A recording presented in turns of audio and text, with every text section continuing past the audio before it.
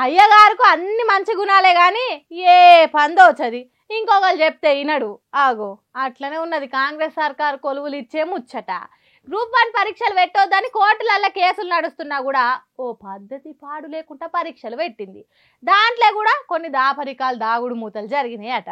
వాటి మీద కూడా కొందరు కేసులు వేసిండ్రు. అవన్నీ ఉండంగా కూడా ఎవరన్నా రిజల్ట్ బయట పెడతారా? ఎవ్వరు పెట్టరు కావచ్చు, మేమైతే పెడతామని గుడ్డెద్దు చేన్ల పడ్డట్టు వెనక ముందు ఆలోచన లేకుండా మెరిట్ లిస్ట్ బయట పెట్టింది. ఇక దాని మీద నిరుద్యోగులు లబలబలబ మొత్తుకున్నారు. మాకు అన్యాయం జరిగిందిరో దేవుడా అని కోర్టుకెక్కిండ్రు. తెలుగు మీడియంలో పరీక్షలు రాసిన వాళ్ళకు మార్కులు తక్కువ వేసిండ్రని, ఇంగ్లీష్ మీడియం వాళ్ళకు ఎక్కువ మార్కులు వేసిండ్రని లొల్లి వేసిండ్రు. అంతేకాదు కాంగ్రెస్ సర్కార్కు కావాల్సిన వాళ్ళకు ఎక్కువ మార్కులు వేసి చాలా మందికి అన్యాయం చేసిండ్రు. కోట్ల రూపాయలు చేతులు మారినాయి. ఇదంతా పెద్ద స్కామ్, దేశంలో ఇంకోటి లేదన్నట్టు బీఆర్ఎస్ పార్టీ లీడర్లు చెప్తున్నారు. ఏదైతే చెప్పినామో ఇవాళ న్యాయస్థానం కూడా అదే విధంగా ఇవాళ తీర్పు కూడా ఇవ్వడం జరిగింది. మరియు రేవంత్ రెడ్డి గారు ఇవాళ ఈ గ్రూప్ 1 పోస్టులని 563 పోస్టులని అమ్ముకొని డబ్బులు తీసుకొని ఇవాళ రిజల్ట్ ఇచ్చింది అనేది ఇవాళ క్లియర్గా కూడా కనపడతా ఉంది. ఇలా రేవంత్ రెడ్డి గారు ఖచ్చితంగా యువతకు అందరికీ కూడా ఇవాళ జవాబు చెప్పాల్సిన అవసరం ఉంది. మీరు ఏ విధంగా గ్రూప్ 1 పోస్టులను అమ్ముకున్నారు? ఖచ్చితంగా రేవంత్ రెడ్డి గారి మీద సిబిఐ కేసు వేయాలని నేను బీజేపీ వాళ్ళని కూడా నేను డిమాండ్ చేస్తూ ఉన్నాను. ఇలా ఆనాడు బాగా మాట్లాడిన బండి సంజయ్ గారు ఇవాళ సిబిఐకి ఇవాళ తనే హోమ్ మినిస్టర్, ఇవాళ దీంట్లో అక్రమాలు జరిగినాయని స్వయంగా కోర్టే చెప్పింది. ఇవాళ బండి సంజయ్ గారు ఇవాళ రేవంత్ రెడ్డి గారి మీద మీరు సిబిఐ ఎంక్వైరీ కోరండి అని చెప్పి నేను డిమాండ్ చేస్తా ఉన్నాను. విన్నరా?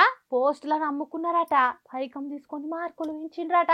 అందుకే కొందరు కోర్టుకు పోతే అప్పుడు విడుదల చేసిన మెరిట్ లిస్టును రద్దు చేసింది కోర్టు. పరీక్షలలో అవకతవకలు జరిగినాయి అన్నది. అంతేకాదు పరీక్షలు రాసిన కాగితాలను మళ్ళొకసారి చూసి ఈసారి కరెక్ట్ మార్కులు వేయాలని చెప్పిందట హైకోర్టు. ఈ తీర్పుతోని తక్కువ మార్కులు వచ్చిన వాళ్ళు సంబరాలు చేసుకుంటే ఇప్పటికే విడుదలైన మెరిట్ లిస్టుల పేరున్నోళ్ళు మంచి మార్కులు వచ్చిన వాళ్ళు ఏడుస్తున్నారట. సర్కారు చేసిన తప్పుకు మా బతుకులతో ఆడుకునుడు ఏందని కుమిలిపోతున్నారట. ఉద్యోగం ఇచ్చినట్టే ఇచ్చి మళ్ళీ కౌంటింగ్ చేయాలి అంటున్నారంటే ఈ మెరిట్ లిస్టులు ఉన్నోళ్ళు ఎవరుంటారో ఎవరు ఎగిరిపోతారో అని భయపడుతున్నారట. ఈ గ్రూప్ 1 వ్యవహారం ఎట్లా ముందట్టుకు పోతుందో ఏమో కానీ తెలంగాణ రాష్ట్రం వచ్చినాక ఒక్కసారి కూడా పరీక్షలు పెట్టి కొలువులు ఇయ్యని జాబులు ఏమన్నా ఉన్నాయంటే అది గ్రూప్ 1 ఒకటే. మరి ఇంకా ఎన్నేళ్ళు పడతాయో గ్రూప్ 1 నౌకర్లు ఇచ్చేతానికి? ఏం పాడు కాలమయ్యి కరువచ్చుడంటే కాదు కాదు కాదు తెచ్చుడంటే గిదే కావచ్చు. తెలంగాణలో పొట్టు పొట్టు వానలు పడుతున్నాయి, చెరువులు కుంటలు నిండినాయి. ప్రాజెక్టులే కొట్టుకొని పోతాయా ఏంది అనేంత, ఇండ్లు మునిగేంత, మనుషులు కొట్టుకపోని జీవిడిచేంత వానలు పడ్డాయి. అయినా చూడుండ్రి ఎట్లా ట్రాక్టర్లకు జనరేటర్లు పెట్టి పొలానికి నీళ్లు వారించుకునే పరిస్థితి వచ్చిందో కాదు, మన చక్కదనాల కాంగ్రెస్ సర్కారు తెచ్చింది అనాలే కావచ్చు.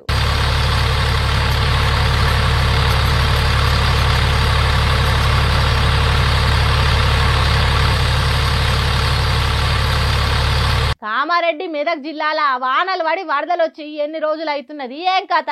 ఇప్పటి వరకు వరదలకు పడిపోయిన కరెంటు పోల్లను కరెక్ట్గా పెట్టలేదట. బాయికాడి మోటార్లు నడిచేటట్టు తీగల బార్లు గుంజలేదట. సర్కారు కరెంటు చక్కదనం చేస్తుందని చూస్తే పంట ఎండి కంట నీరు గారుడు తప్ప ఇంకోటి ఉండదని గిట్ల పొలంలోకి నీళ్ళు వారిస్తున్న రైతన్నలు.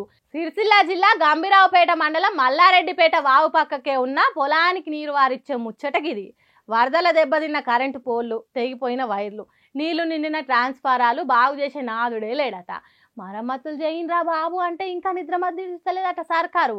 అందుకే నడిచి నడవని ఎద్దును ముళ్ళు కట్టెతోని ఒడిస్తే జరంతా నడుస్తుంది కానీ ఈ సర్కారు మాత్రం మొత్తానికి పండి లేవకుంటున్నది. కాబట్టి చేసేదేం లేక సొంత పైసలతోని కిరాయి జనరేటర్లతోని ఎండుతున్న పంటను దడుపుకుంటున్నారు. ఇంతటి మంచి రోజులు తీసుకొచ్చిన కాంగ్రెస్ సర్కార్కు సీఎం రేవంత్ రెడ్డికి చేతులెత్తి మొక్కుతున్నారు రైతన్నలు.